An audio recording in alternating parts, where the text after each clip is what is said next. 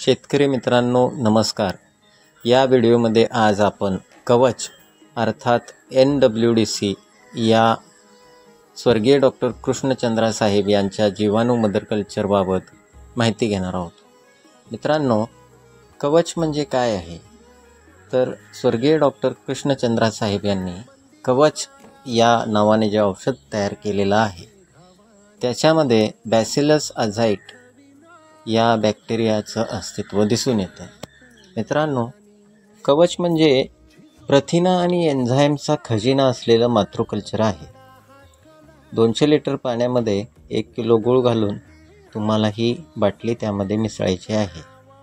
चुन्याच्या पाण्याची निवळी आपल्याला 5 लिटर पाण्यामध्ये तयार करायची आहे आणि ती ह्या द्रावणामध्ये आपणास ओतायची आहे.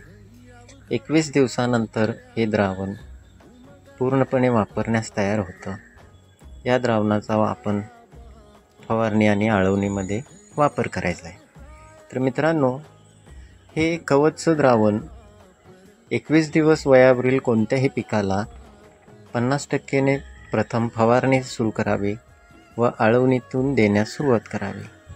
मित्रांनो, कवचच्या द्रावणामध्ये जी प्रथिना आणि एन्झाईमचा खजिना आहे, कोट्यावधी बॅक्टेरियांचा ज्यामध्ये समावेश आहे, याची फवारणी केल्यानंतर कवच प्रथिना आणि एन्झाईमचा एक पातळ थर त्या पिकावर सर्वत्र उपलब्ध होतो, लावला जातो.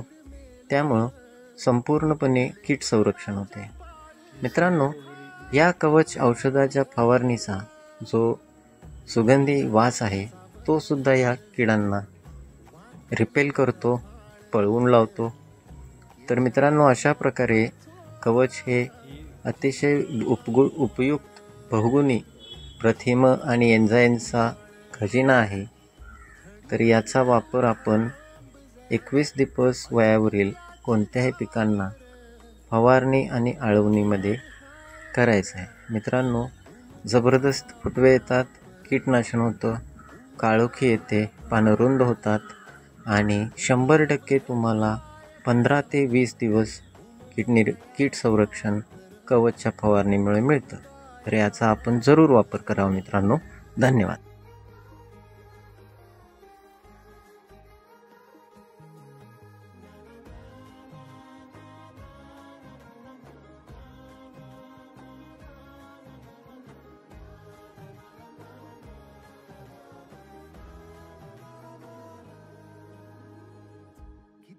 जरी लावल तू आभाळाला हात, चिंता तुझी मुक्कामाला त्याच्या काळजात, वाचतेच्या डोळ्या